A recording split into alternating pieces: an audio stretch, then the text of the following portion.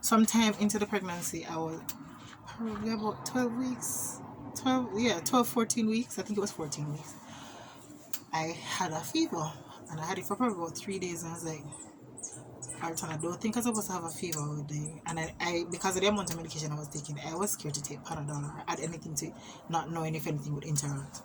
I said, carry me to the hospital because it's coming back on. And I went, and the doctor, man, I tell you, I just enjoyed my medical staff. The doctor in the emergency room cussed me out.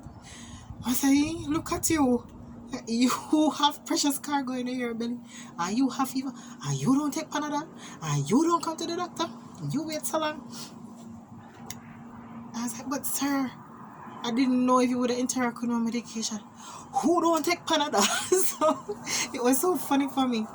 So anyways, he took the blood test, routine blood test and everything. When they checked it out, because it was dengue season. In Jamaica, we have quote-unquote dengue season. When took it, my blood count was like 90 or 80 something. So I'm saying, I consulted the gynae, and the gynae said, I'm going to send you upstairs. I said, Doc, what you say? This is my first admission to hospital at the time. I said, Doc. I said, the gynae said, I must send you upstairs. I send you upstairs. I said, send up for your stuff then. Oh Lord. So we thought I had dengue. With dengue, your platelet count goes down, so it puts you at risk of hemorrhaging and dying from bleeding out. So they needed to get that under control. They're in the hospital under mesh and everything because they put us in the back section. There was 2 of us. To this day, that girl's my friend.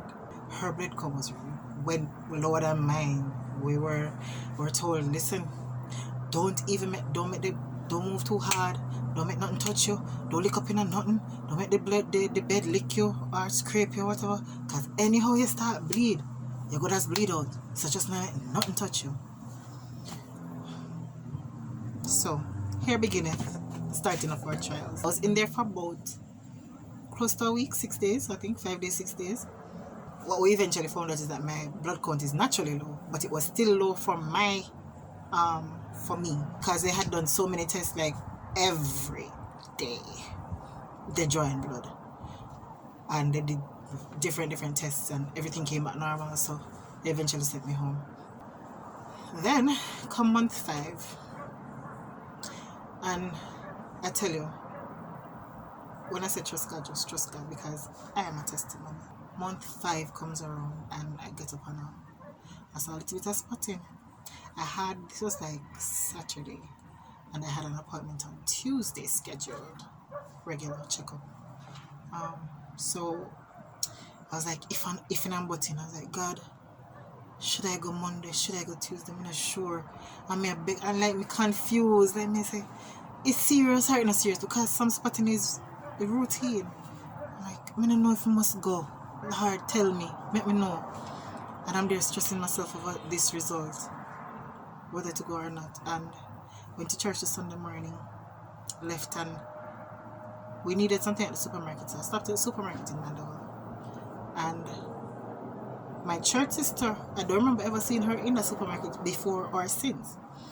My church sister, who was at church, and she needed something at the supermarket too. She saw me at the supermarket because of what happened with the first pregnancy, I had just said, alright, Arton, I'm going to pick up the stuff, drop them in the tray, you cash them, and then I'm going to sit in the car and you do whatever else.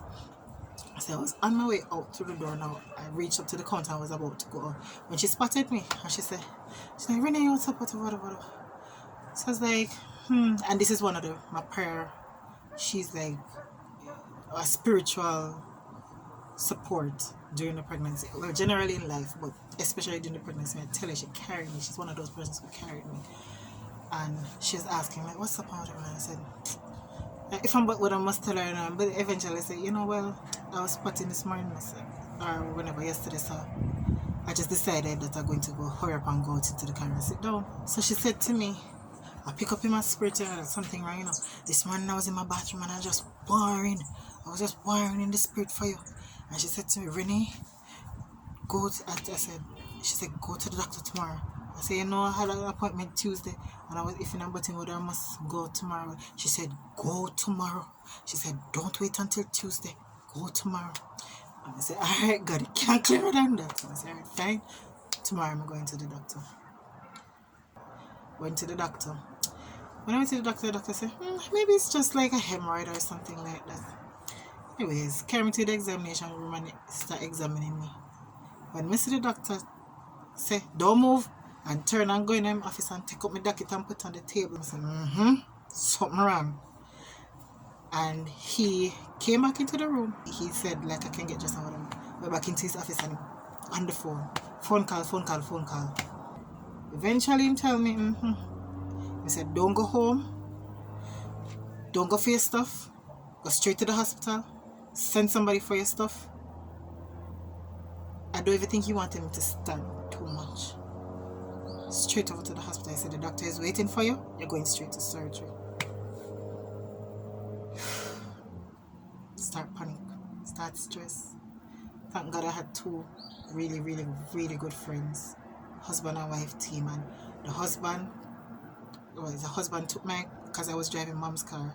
Husband took my car and drove me to the hospital. The wife took their car, came home with my cousin-in-law to meet my husband here to help pack and get my stuff ready for the hospital. And I'm telling you, stellar care. They took really, really good care of me. I'm grateful to them. Very, very grateful. Eventually, what I found out, I don't remember if it was a doctor telling me. I think he eventually told me I was 6 centimeters dilated. I'm feeling no pain. 6 centimeters dilated. Remember, you need 10 centimeters in order to start pushing to have a baby. And what they say is that my membranes were bulging. It was so bad that when I went into surgery, they take you from your bed, your hospital bed, and they put you on the gurney. They don't give you a pillow because you went to surgery. I have an issue sleeping flat. I have a breathing issue sleeping flat. A lot of persons have that. Anyways, I sat up on the gurney when we reached over to the theater, the waiting area, because I was really uncomfortable. And to how bad it was, the doctor came over to me and said, I don't like how you're leaning up, I don't like how you're sitting up. I want you to lay down because your membranes are bulging really badly. I don't like the fact that you're sitting. I'm just sitting up and I'm standing and not doing anything. I just easing up. And she was worried. So you must know how bad the situation was. And she called the porter, and the porter, because most doctors don't get involved in these things, she adjusts me in a way that I was comfortable enough to lay down. What they had to do was to give me a cerclage, which is really what they explained it to me to be, is that they stitch around your cervix. So, like when you have a pouch, that your drawstring pouch, they stitch around the cervix and they pull it together to close it up and then knot it. So that's what they did. So this time, instead of the first time when I was just barely under, I was under. And I did the same thing again. I'm so scared. And I was like, the night before, because he sent me to do the surgery the night. I was supposed to do it the night, but apparently the blood test results were held up. I tell you, the magnificence of God. I begged God. I said, God, I can't deal with this. I was asking, I need time. And I hadn't been sleeping and all of that stuff. And when I'm at home, I don't sleep. I wasn't sleeping properly. Sometimes I don't sleep. I think there were about 2 nights that I didn't sleep at all. And when I went to the hospital the night, I slept. And then about 5 o'clock in the morning, they came for me. And when I went over to the theater, they said, waiting on you from last night. You were supposed to come to the surgery from last night. It's just because one of your blood test results never come in. And I just smiled. Because I said, God, thank you. Because when I got up that morning, it was just peace. I was just calm. Like my body could deal with it because I had gotten rest. And I went over there and I sat down and I just waited. And they put me on the, yes, I was anxious. And when they're strapping me or whatever, and she talking to me, and I only know the last thing I do is look up and see a light, and that was it until I got up. So that was that for the cerclage. So I was supposed to be on 2 weeks strict bed rest, and then we would take it from there. He said after 2 weeks I could ease the strictness of the bed rest. So the bed rest would have ended the Tuesday. The Sunday, 3 o'clock in the morning, Saturday night coming into Sunday morning, I got up and I went to the bathroom to use the bathroom. And I saw blood. This is not spotting, this is blood, red blood.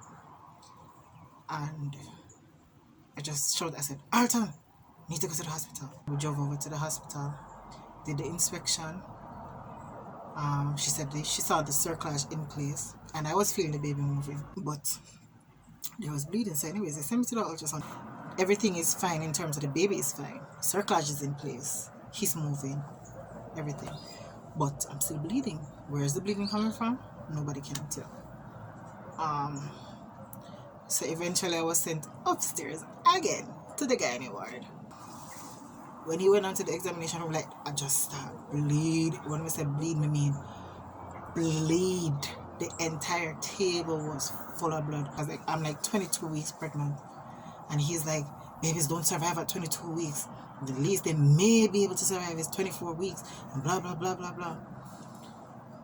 So he might freak me out. He might freak out everybody. And I said to my cousin, I said, and she, thank God for her, she's one person away. She went through hell too. And she speaks faith. And you need somebody like that in your life all the time. And she said, Rennie, you just speak faith. Your baby alright and whatever. I said, Georgie, all I want to know is that my baby moving in my belly. My baby is moving. And that's all I want to know. My husband, him come to the door and him start. Because him easy for panic, as we tell him before. I said, hey, if not happen to baby, you know, I don't want no more, you know. Not even adoption, I don't want to know. I don't want no more baby. I said, look here, come out to the room. Even freak out like Chris. I'm like, you know what, come out to the room. I don't need you in here. And you have to know how Jesus himself did it in the Bible, where the naysayers, him locked them out of the room before he performed the miracle and called the girl back to life. Sometimes you have to extricate people from a situation if they're too negative. My husband just never at that point where he could have hold on to faith, and it's just the raw truth. I only did one now say. My baby moving, I was going to hold on to faith. No matter how bad the situation looked. Yes, my panic. Yes, me fearful. Yes, me scared. But what came out of my mouth was not going to be what I saw. Eventually, I heard that what was happening was that even though they had done the cerclage, I was still contracting like the baby. The baby was still trying to come out. But I still don't know where the blood coming from. That was there. And what they wanted to do was to keep me in the hospital for the rest of my pregnancy. 4 months. 4 to 5 months. Rennie. Me. Who went home after the cerclage. Not going to happen. So I'm there. I'm on the gynae ward for like a week. The bleeding doesn't come back. Like nothing is happening. Every day the doctors come and say, any bleeding? Feeling okay? Baby moving? Okay. Every day. This is all. Every day. Because they can't inspect me, because if they do inspect me, the bleeding can start again. And this is all I'm going through every day. I'm like, why am I here? So eventually one of the doctors came and checked me. Based on what I'm seeing here, we have to go off. I think it was ultrasound result or something like that. You're 6 months pregnant today, because I wanted to just come over the gynae ward because it was so miserable over there. And then everybody coming over there is miscarriage. Why me want to stay over here, so? With miscarriage people. She said, we'll send you up to maternity ward. I was dying to get to 24 weeks because they said babies don't survive unless they're 24 weeks or more. And they don't send it to maternity until they're 24. I think what they're saying is that the only time they send it to maternity is if your baby is viable. So you're gynae until. So 24 weeks, like at least like whew, sigh of relief. I get to go over to maternity ward, which means I have a little hope. I'm there. In total, I was in the hospital there I was over the other side for another week plus again, and they wanted me to stay. And at one point in time, when I see my husband, I get stressed out and everything. And even though my pastor tell me, say, don't force to go home and whatever, and I know he was looking out for me. But I don't think he understood the other side of the story, where mentally and at night, like remember I lost my baby 3 months before, because I got pregnant again 3 months after I lost the other baby. And I'm hearing people's babies crying. At one point in time, there were 16 babies on the maternity ward. It's like they were tag teaming each other. Once they start crying, and then when them stop crying, they step over this side, start crying. Then when them stop crying, they step over here, so start crying. And like at times, I got up in the middle of the night, I woke up and my heart was palpitating, like I couldn't deal with it no more. It was just too much. And then my husband, him was stressing out. I was like, God, listen to me. I said my business is spoiled. I said my husband's stressed out. I'm not at home to help him. I am stressed out. I'm in the hospital. And I said, I can't deal with this environment. People's babies. I don't know if my baby will live or not, because I don't know what's the end of my story this time around. And I'm listening to babies crying, and it's not like you can form a friendship on the maternity ward, because people come in today and gone tomorrow. So it's like constant rotation, and you are the one who is there. So mentally, it affects you. So I said, God, can't deal with this. And my husband and myself, we made up in our minds. I said, listen to me. I said, they don't discharge me by Saturday because I stopped bleeding. This is like 2 weeks after the bleeding. I wasn't bleeding anymore. I said, and then all they're asking me every morning is the same question. So they can ask me this at home. And the fact is that if I was at home, I didn't have to walk that distance to go to the bathroom, which is what they wanted me to do, stay on the bed. And I was walking this long distance down the passage to go to the bathroom. Whereas if I was at home, there's a bathroom in my room. I'm going to say, God, take care of this to me. I made up in our mind, if they didn't discharge me by Saturday, I was going to discharge myself. And the doctor came, I think it was Friday, and I have never seen this doctor before. He's an African doctor, I think. The nurse said to him, Doc, she said, if they don't discharge her by Saturday, she's going home. So him smile, him laugh, and him look, him say, give me the, I don't remember if it's BMI results, I said, but it's like your sugar, the sugar level to see if it was controlled and stuff. And he checked and I said, yeah, well, it's fine. She can go home. I was like, Doc, what you say? I'm laughing. He said, you can't go home. I said, husband, come for me. No. Doctor said, me can go home. Send for me. No. And everybody laughed. But I was like, I'm getting out of here before anybody changed their mind. And yeah, I went home. And I mean, I'm like, why is it that God can take care of me in the hospital and He can't take care of me at home? So I went home. And I was home for the duration. Sometime after that was like what, the third hospitalization? Yeah. Sometime after that, I was feeling pain like coming and going. So I was wondering if we were going to premature labor. So they admitted me again. This is the fourth time. Admitted me again because they had to put me on the machine to monitor, hook me up to see if I was having contractions and stuff. Eventually they said no, it wasn't contractions, so it was okay, I could go home. So maybe it was like what do they call it? Brandon Hicks or something, but it's probably lasted 2 days and it didn't come back. So they sent me home after a day. So when you look in my hand, after my 5th admission, there were 19 holes from IVs. This doesn't include blood tests and other things. 19. So the next time I went to the doctor, okay, we were down to the point where I think we were starting to see the doctor every week now, and I went to the doctor and it felt as if the baby was moving a little bit less because I had a counter on the app and I was a little bit concerned, but I didn't really make too much of it. But I waited until the doctor did his inspection. I put on 5 pounds in the space of a week and I wasn't increasing my eating, and I remember my diet is controlled. So that alone was an indicator. Doctor sent me to do an emergency ultrasound immediately, and it said that this was 35 weeks. The baby's tummy was distended, in other words, it was swollen. So they were saying maybe because of gestational diabetes, his liver was being affected or any other organ. So he's like, okay, now we have to deliver. So we never want to deliver before 38 weeks because before 38 weeks they're considered premature. It's a possibility that the baby may not live and all of these things. So I did the C-section and they took him straight to neonatal because he was crying, he was fussing, because if you look at the video that is at the beginning of this, his stomach is like this, like it just like he's having a hard time breathing, and they had him on what they call CPAP, which means the situation is terrible. And I was only glad that I was able to meet my baby. Anything happened from this point, at least it was one better than before. I didn't get to see him for the whole of the first day. I only got to see a picture like way up in the evening. And I went to see him and he was crying, and I touched his, and I was trying to talk to him. I was like, baby, you don't remember my voice? Like, that was the emotion I was feeling. But anyways, he eventually started to calm down a little bit, and then the nurse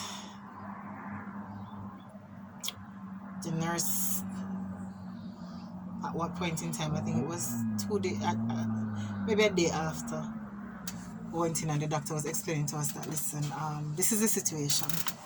He's fighting to breathe now, and he's fighting. There may come a time when he becomes tired and he stops fighting. About 2 days later, I came in, looked for him, and I was going through the door, going back out to go back on the ward because I had to get my medications and all of this and eat and all of that. And she said to me, one of the nurses said to me, have you spoken to the doctor since morning? I said, no. She said, you need to come back and get a report. She didn't say anything else to me. I didn't pay it any mind. I go back up, came back down later on. The doctor said, remember I told her that it's a possibility that the baby will get tired? He's getting tired. We're trying to transfer him to Bustamante Hospital because we only have one ventilator here and there's a baby on it. And that is if Bustamante has a ventilator that is available. Can you imagine being told that the regional hospital has one ventilator and they couldn't say, even when they took the baby off, they couldn't put my baby on it because there's a possibility that he would need to go back on it again. At the same time, she said, we prefer if the babies do not go on the ventilator, we want them to do as much fighting as they can by themselves because ventilators can damage organs. That was all I needed to hear. I said, God, no ventilator. I don't want my baby to go on any ventilator. So on my way up, I called my husband. I said, listen, come now. You need to come now. And I explained to him what was happening. And when I hung up and I got to the ward, the guy pushing the wheelchair said to me, I don't like what I hear anymore. And I said to him, what am I going to do? There's nothing I can do but pray and trust God. And I wasn't saying that because I had this holy faith. No. It's just because there was literally no other option. I had no option at all. So I got on my phone, WhatsApp. I started texting people. I text my pastor, text all my prayer mothers, all my spiritual person, the person who saw me in the supermarket today. I text everybody. I sent out text all across the world. People in England, people in Canada, people in America, people in Jamaica, everywhere were praying for this baby. We had crusade going on at the same time, as a matter of fact. And the same night they took time out. God bless Reverend Fisher, Reverend Eubanks, made sure that the crusade came together and prayed for the baby that night. And I heard Reverend Gifton Wallace was the speaker that night, and I heard that in the middle of the preaching, Holy Spirit come on him and he was stopping at the middle of the preaching and putting a piece of prayer for the baby. God bless you, Rev. And long story short, a few days later, my son didn't go to Bustamante. He didn't go on a ventilator. A few days later, as a matter of fact, I walk into the neonatal intensive care unit and I noticed that something is different. When I look, no tube in his nose, there was just free flow oxygen in the incubator. I was like, nurse, what's going on? They said they downgrade the CPAP, the whatever oxygen he's getting, whatever, they downgrade it because he's doing better. It's like a couple of days after they tell me that he's going to go to Bustamante. The goodness of God. The goodness of God. Nothing more than the goodness of God. And a few days later, he was taken out of the internal unit and sent on the outside, where is the regular nursery for the babies that they're just monitoring. Because, and I forgot to tell you this, when he was born, I guess routinely they do a meningitis test, or based on the situation, they do a meningitis test to see if they need to treat him for meningitis. And during that time, he stopped breathing and he turned blue. Meningitis, basically what they do is they take blood from your spine to test. And he stopped breathing during that process and had to be resuscitated.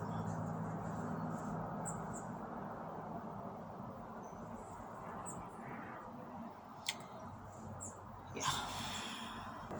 So the prognosis wasn't necessarily a good prognosis, but they kept him there for 14 and a half days, you have to say, to treat him for meningitis, because they couldn't have done the meningitis test to rule out meningitis. When you have no other choice but to trust God, He leave your situation in His hands, He'll take care of you.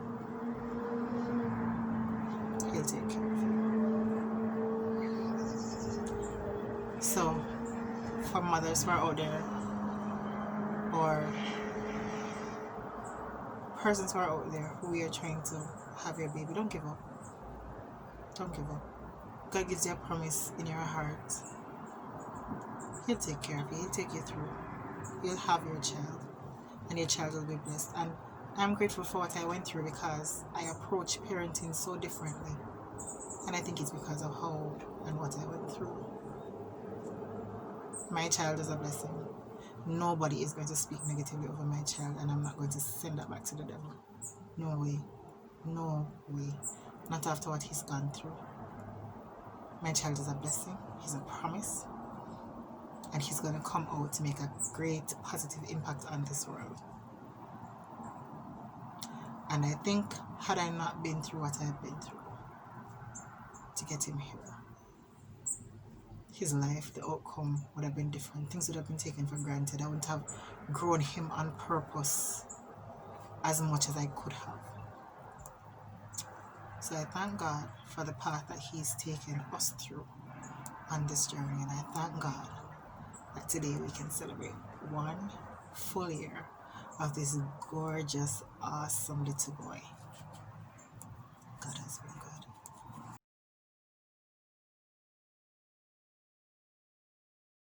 When you're walking through the darkness, don't you ever fear. No, no, no, no, no, no, no. For the Lord is right there by your side. Don't you know he cares for you? Jesus will be there. He has never changed. Though you feel the pain, he'll work things out again.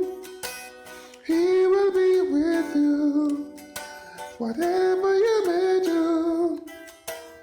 Only trust in him. I know you're gonna win.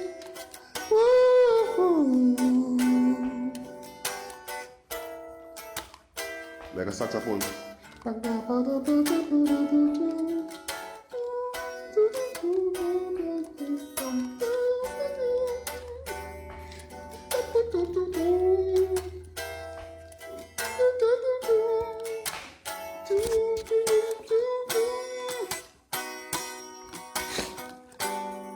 When you're walking through the darkness, don't you ever fear.